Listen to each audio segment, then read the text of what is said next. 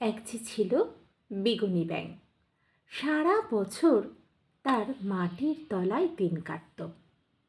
বেশ গোলগাল ফুর্তিবাজ চেহারা, নাকটা ছিল তার শুয়োর ছানার মতো খেঁদা। একদিন তার ঘুম থেকে ভেঙে উঠে খুব ইচ্ছা হলো একটু হাওয়া খেতে বেরোনোর। এমনিতে তার ঘরে রোদ ঢোকে না, আলো ঢোকে না, একদম ঠান্ডা স্যাঁতস্যাঁতে।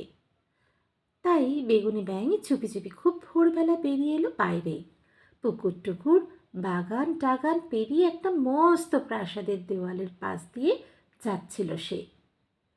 অমনি একটা হলুদ জামা সরু গোপওয়ালা টিংটিঙে লোক এসে তাকে খপ করে ধরে ফেলল।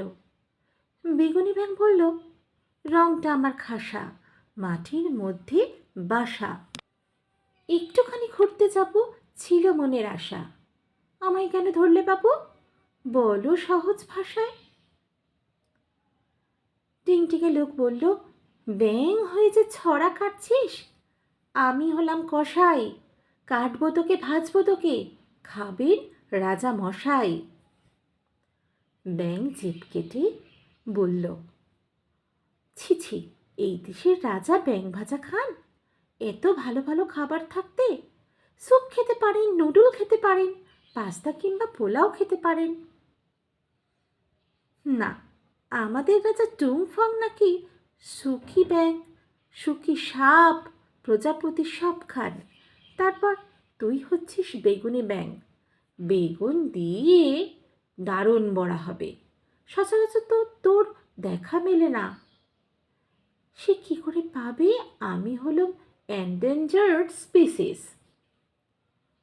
দেখ বাবু, এত ইংরেজি আমি বুঝি না, তাইলে লিখতাম থিসিস। বেগুনি ব্যাঙ এবার মরিয়া হয়ে বলে, আমি কিন্তু দারুণ ভজন গাইতে পারি, ভেবে দেখো ভগবানের গান করা ব্যাঙকে মেরে ফেলবে তুমি। আমাদের রাজ্যে গান করা বারণ, জানিস না বুঝি? গান শুনলেই রাজা ফ্যাঁচ ফ্যাঁচ করে কাঁদতে শুরু করে। কাঁদলে আর যুদ্ধ করবে কি করে? আচ্ছা শোনো আরেকটা ছড়া, নেবে কি মোহর আছে এক ঘড়া, হিরে জহরত পড়বে গলায়, সব আছে ওই মাটির তলায়। টিংটিঙে হলুদ জামা অমনি ব্যাঙের টুটি টিপে ধরে বলল, যদি দিস ঢপ, গনগনে আছি আজ করবই চপ। তারপর ব্যাঙ ধপ ধপ করে আগে আগে চলে, আর লোকটা তার পিছন পিছন। একটু দূরে গিয়ে একটা অশ্বত্থ গাছের নিচে এসে ব্যাঙ বলে, ওই গাছের গুড়ির নিচে একটা ছোট্ট দরজা আছে, ওখান দিয়ে সুরুত করে ভেতরে চলে যাও, আর অমনি তুই পালিয়ে যাবি। তাই তো, আমি ক্লাস 4-এ ফেল করেছি বলে আমাকে বোকা ভাবিস না। বলে লোকটা একটা কৌটোর তলায় ব্যাঙটাকে চাপা দিয়ে সুরুত করে দরজা গলে নিচে নেমে গেল। গাছের উপরে বসে তখন পা দোলাচ্ছিল দুষ্ট ডাইনি মিসকা মিকি সুকে। সে খুনখুনে গলায় হেসে বলল, নতুন চাকর পেলাম, একে এবার আমার পোষা ব্যাঙ করে রাখবো।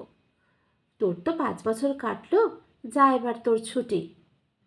অমনি বেগুনি ব্যাঙ মানুষ হয়ে গেল। সে ছিল ভিনদেশি গায়ক। এইবার সে রাজসভায় চলল, রাজাকে গান শুনিয়ে কাঁদিয়ে তবে ছাড়বে।